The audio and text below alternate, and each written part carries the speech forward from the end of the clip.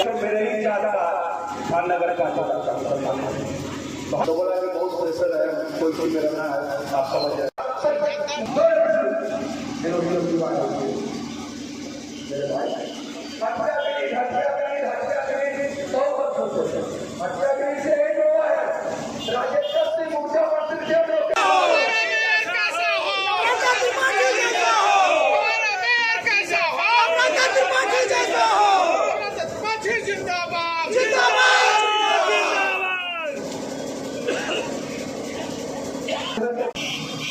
जो उस समय के नगर पालिका के चेयरमैन थे, उन्होंने किया था।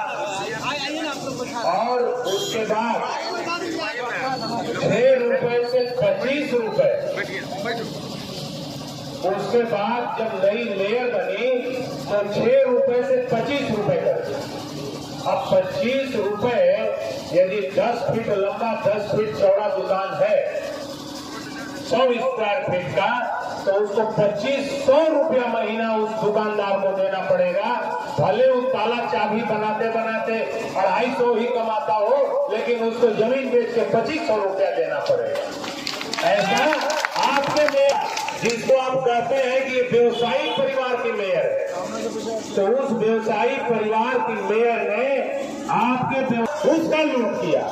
और मैं आपको बता दूं, आप आए थे सब लोग, तो हमने कहा था, थोड़ा तीखा बोला था उस समय, कहा था कि श्रवण गुप्ता जी, आप मुझे मंत्री बना दिए होते वोट दे करके, तो आप चुनना होता है विधायक, तो चुनने लगते हैं प्रधानमंत्री डायरेक्ट। हमने आपको तीखा बोला था उस समय।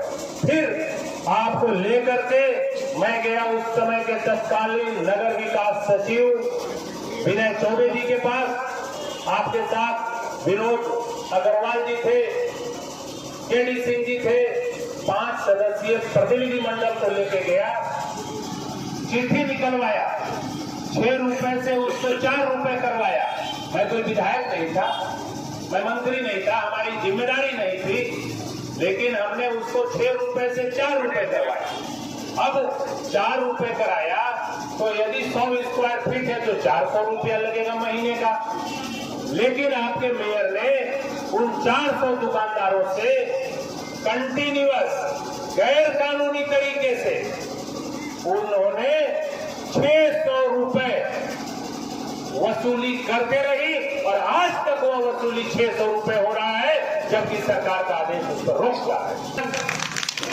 आपके मेयर ने, आपके तत्कालीन मेयर ने किया, यह कहते हुए, इसलिए क्योंकि आप हमारे जैसे मध्यम वर्गीय परिवार से आते हैं।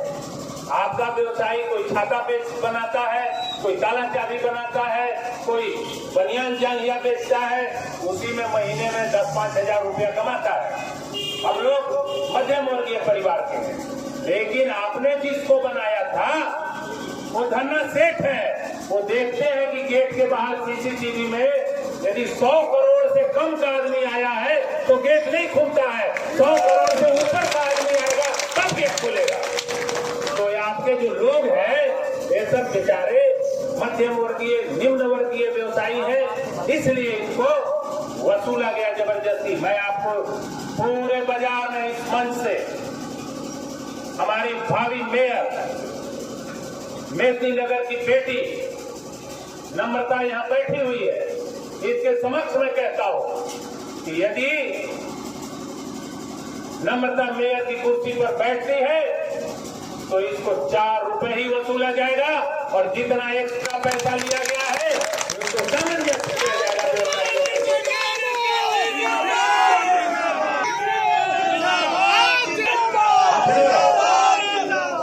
अब मेयर प्रत्याशी नम्रता त्रिपाठी को भी कहूंगा कि इस बात की आप घोषणा करें कि जो 4 रुपए सरकार का आदेश हुआ है, वह आदेश को नगर निगम स्वीकार करेगा।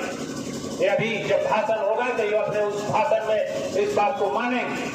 दूसरी महत्वपूर्ण बात जो आपने कहा कि पुलिस के अधिकारी पदाधिकारी आकर के, टैक्स के पदाधिकारी, दूसरे विभागों के पदाधिकारी व्यापारियों का शोषण करते हैं, उन पर दबाव बनाते हैं, उनको भयग्रस्त और भयदोहन करते हैं।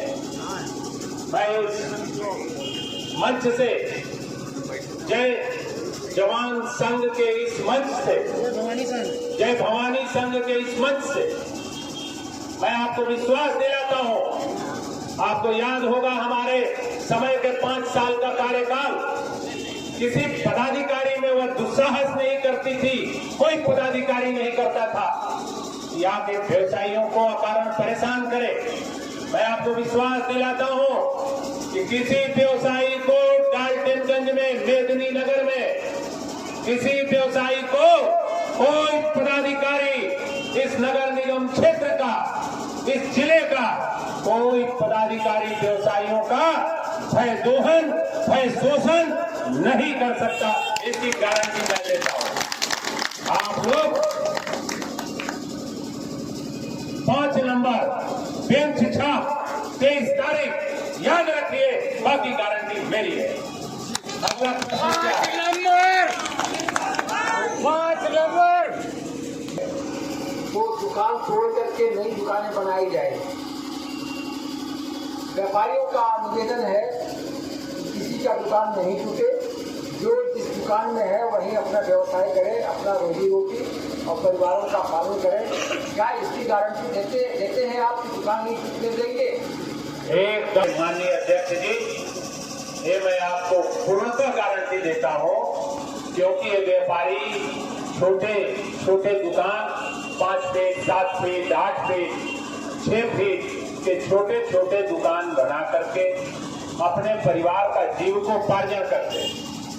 वैसे व्यापारी जो छोटे दुकान बना के परिवार का जीविकोपार्जन करते हैं, उनके दुकानें तोड़ करके और कोई आलीशान बना करके और उसको बेच दे। जैसा ये सूचना मुझे भी है कि पूर्व के मेयर ने ऐसा प्लान कर रखा है कि वहां बड़ा मॉल बनाएंगे और उसको ऑक्शन कर देंगे। तो छोटे व्यापारी उस ऑक्शन में कैसे खरीद पाएंगे? मैं आपको विश्वास दिलाता हूँ कि वहां सारी सुविधाएं उपलब्ध कराई जाएंगी। नाली की सुविधा, पेयजल की सुविधा, इस शहर में जितना भी पानी की समस्या है, खासतौर पर बाजार में भी और पूरे शहर में भी, स्वच्छ पेयजल इस शहर में मुफ्त में मिलेगा, फ्री में मिलेगा, इसका मैं आपको विश्वास दिलाता हूँ। और वैसे कोई छोटी दुकानें नहीं टूटेंगी। उन दुकानों को और बल्कि रंग रोगन पुताई करके उनको बहुत ही खूबसूरत दुकान, उनको वही दुकान हैंडओवर रखेगा, उनकी दुकान को बढ़िया कर देगा, लेकिन उसको तोड़ फोड़ करके कोई बड़े दुकान बनाने की गारंटी एकदम नहीं होगी, ये मैं आपको विश्वास दूंगा।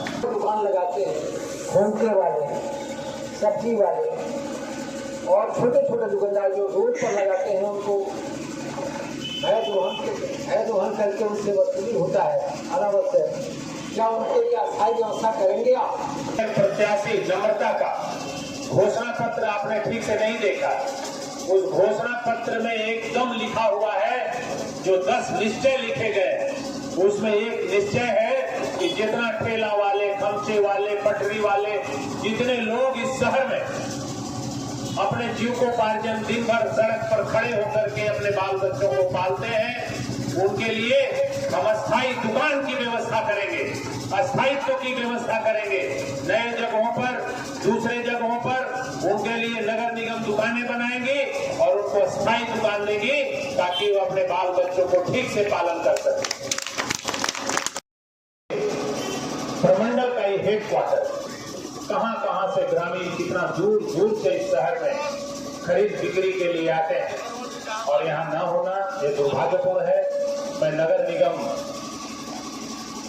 के मेयर प्रत्याशी से आग्रह करता हूँ कि यदि ऐसी परिस्थिति आ गई 2 दिन के बाद, 3 दिन के बाद कि वोट देकर के लोग आपको बैठाते हैं, तो एकदम महिलाओं के लिए और पुरुषों के लिए यहाँ शौचालयों की व्यवस्था हो, सुलभ शौचालय की अच्छी व्यवस्था हो, जिससे हर व्यक्ति उसका उपयोग करे। एक विषय और रह गया हमारा, मोहल्ला क्लिनिक बनाया गया और मोहल्ला क्लिनिक बहुत आसानी है।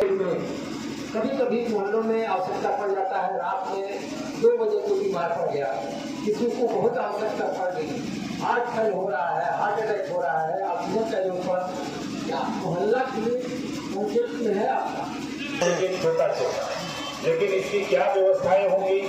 नगर निगम में जो कानून है उस कानूनों में शिक्षा और स्वास्थ्य की छोटी शक्तियां नगर निगम को दी गई है।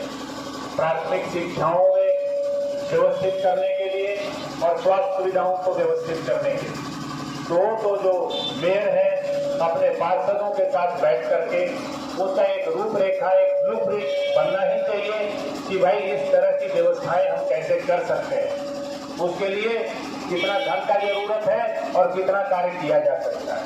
मैं आपको इतना जरूर विश्वास दिलाऊंगा कि यदि नगर निगम इस पर आगे बढ़ता है, इस पर विचार करता है, तो आपका ये भाई उसके साथ पूरी ताकत से खड़ा होकर के उसको सरकार से फंड उपलब्ध कराएगा ताकि ऐसी व्यवस्थाएं वो नगर निगम कर सके। जो परिवार हैं, छोटे छोटे लोग हैं जो घर से नहीं जा सकते खाना खाने, क्या उनको 10 रुपया में खाना खिला सकते हैं क्या दिन में एक बार? ये लोगों का कार्य होगा कि 10 रुपया में जो चारों तरफ से लोग आते हैं, गरीब रिक्शा वाले रिक्शा चलाते हैं, जो और गांव के लोग आते हैं उनको भोजन नहीं मिलता और उन परिस्थितियों में उल्टा सीधा खाना खाते स्वास्थ्य खराब कर लेते हैं, तो खूबसूरत भोजन उनको मिलना चाहिए।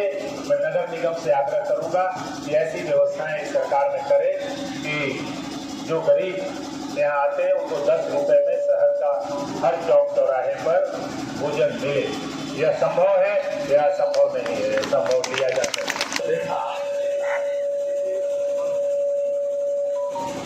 हेलो, अभी हाल में हमने देखा कि हमारे 2 व्यवसायी भाई चुनाव में खड़े हुए। हाँ, अब उन्हें कोई ठेकेदार साहब ने या नेता बोलिए या ठेकेदार बोलिए, जो भी बोलिए,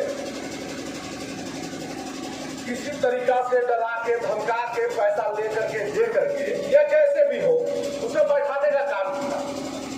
इस पे आप क्या सोचते हैं कि सारे व्यवसायी, ये सारे आम जनता, पलामू की जनता, क्या ये लोकतंत्र की हत्या नहीं है? क्या ये व्यवसाय सभी नेता बिकाऊ है हो सकते हैं, लेकिन क्या पलामू नगर निगम की जनता बिकाऊ है? देखिए, मैं आपके मेयर बनने के बाद जो एक परिवार है वो सैकड़ों करोड़ का परिवार हो गया, क्योंकि एक लंबे ठेकेदारी हुई, 4-5 ठेकेदार लगे, सब में पार्टनरशिप रहा, सब में कमीशन निकाला गया, तो सैकड़ों करोड़ का हो गया। और जो ये व्यवसायी नेता बनने के लिए उतरे, ये सैकड़ों करोड़ से ऊपर के लोग नहीं थे। तो बड़ी मछली छोटी मछली को खा जाती है, तो सैकड़ों करोड़ के लोगों ने लाखों लाख में रहने वाले या कम करोड़ वाले लोगों को कुछ रुपए, चंद रुपयों में उनको बात रहे भैया। एकदम धन्यवाद मेरे भाई। मेरे पास नहीं है, इसलिए मैं एलिगेशन नहीं लगा सकता, लेकिन जो चर्चा है वो मैं बता दूं कि 70 लाख 40 लाख की चर्चाएं मार्केट में चल रही है, जो लोग मुझे बताते हैं। अब तो लेकिन मेरी बात सुन लीजिए, आप किसी एक व्यक्ति को दबाव देके बैठा सकते हैं या खरीद सकते हैं या समर्थन ले सकते हैं, आप मेदिनी नगर के सारी जनता को नहीं खरीद सकते। उनको पूरी जनता को, जनता जो है स्वयंभू है, शक्तिशाली है इस प्रजातंत्र में, वो अपने अधिकारों की रक्षा करना जानती है। यदि हम किसी को समर्थन कर रहे तो क्या कोई रेड़मा को खरीद लेगा क्या? हम रेड़मा पूरा बेच सकते हैं क्या? पूरा 12 लोटा बेच सकते हैं क्या? हमको लोग हटा देगा और नया नेता खड़ा कर देगा कि बिकाऊ नेता है, मेरा दूसरा नेता यह होगा। तो इस तरह आप ऐसा और तुरंत उसकी सॉल्यूशन आज सरकार से मान रहता है। धन्यवाद। नमस्कार।